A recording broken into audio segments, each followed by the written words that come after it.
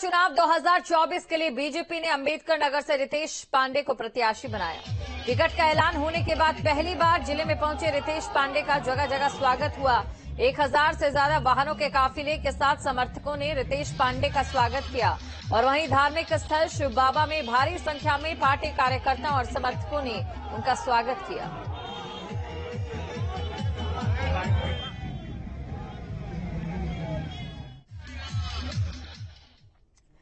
लोकसभा के हुंकार, एनडीए ने सरकार, संगठन और गठबंधन सब तरफ से शुरू कर दी है।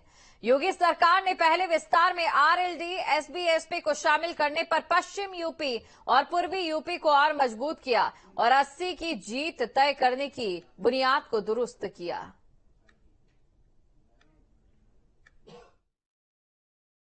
सवाल यही, अगर बुलेट पॉइंट्स की तरह हम जाएं तो एनडीए में आपके आने की क्या मजबूरी है या एनडीए को आपसे फायदा क्या है?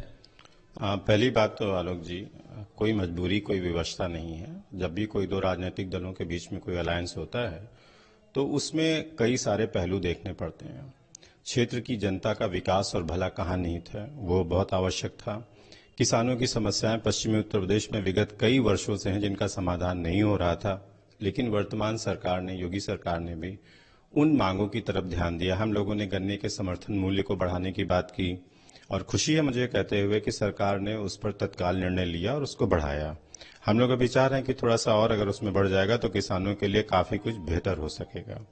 रही बात की जयंत जी के आने से क्या फायदा होगा, तो देखिए ये म्यूचुअल बेनिफिट होता है हमेशा। जब दो राजनीतिक दल मिलते हैं तो वो ये करते हैं कि हमारा जो प्रभाव है जैन जी का, जाटों में अगर हम बात करें तो न केवल पश्चिमी उत्तर प्रदेश बल्कि राजस्थान में भी जाटों की बहुत संख्या है, हरियाणा में है, गुजरात में है और सबसे कम मध्य प्रदेश में है।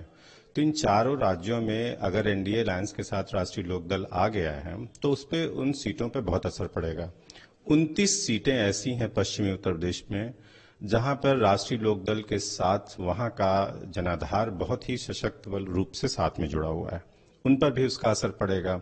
हमें भी उसका फायदा ये मिलेगा कि हम जो किसानों, नौजवानों के हितों के लिए पिछले काफी समय से संघर्षरत हैं, उसमें हम सरकार में जब होंगे, हमारी हिस्सेदारी होगी तो हम बहुत ही सुगमता से उन समस्याओं का निदान करा पाएंगे। 400 पार का जो लक्ष्य है वो एनडीए अलायंस के साथ आ जाने पे अब कहीं बेहतर और कहीं आसानी से पाया जा सकता है।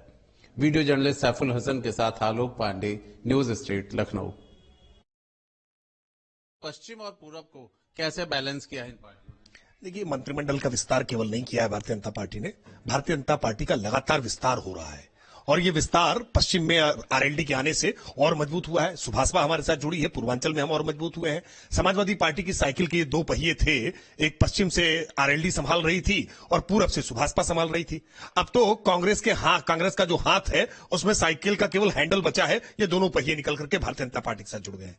भारतीय जनता पार्टी के आज इतना गठबंधन मजबूत हो गया है कि हम कह सकते हैं कि भाजपा का मजबूत गठबंधन की रस्सी यूपी में भाजपा जीतेगी 80 में 80।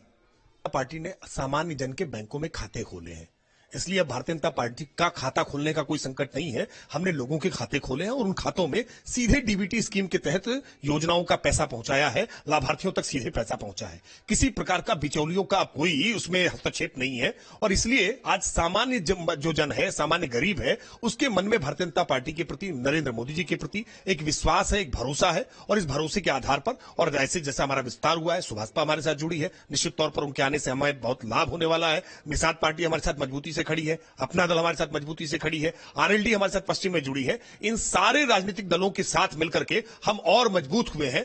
अब हर तरीके के संतुलन को बनाए रखने और साथ में नई रणनीति के साथ बीजेपी मिशन 80 पर लगी हुई है। वीडियो जर्नलिस्ट सैफुल हसन के साथ आलोक पांडे, न्यूज स्ट्रीट, लखनऊ। उत्तर प्रदेश में माननीय नेता श्री ओम प्रकाश राजभर जी को कैबिनेट मंत्री का जो दर्जा मिला है, इसके लिए हम उत्तर प्रदेश के मुख्यमंत्री योगी आदित्यनाथ जी को बधाई देना चाहते हैं। देश के यशस्वी प्रधानमंत्री मोदी जी को भी बधाई देना चाहते हैं, अमित शाह जी को भी बधाई देना चाहते हैं।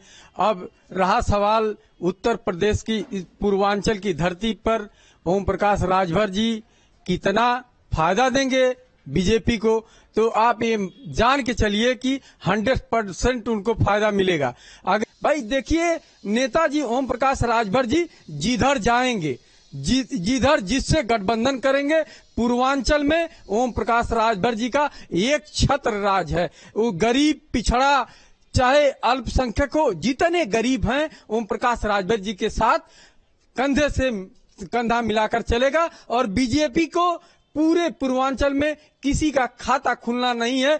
चाहे इन सब बातों को लेकर के अगर एक बात देखें तो भारतीय जनता पार्टी का कोई भी प्रत्याशी हो, पर जीत कमल के लिए वो हर तौर पर न सिर्फ प्रयास कर रहे हैं बल्कि जीत का मिशन भी रखा है।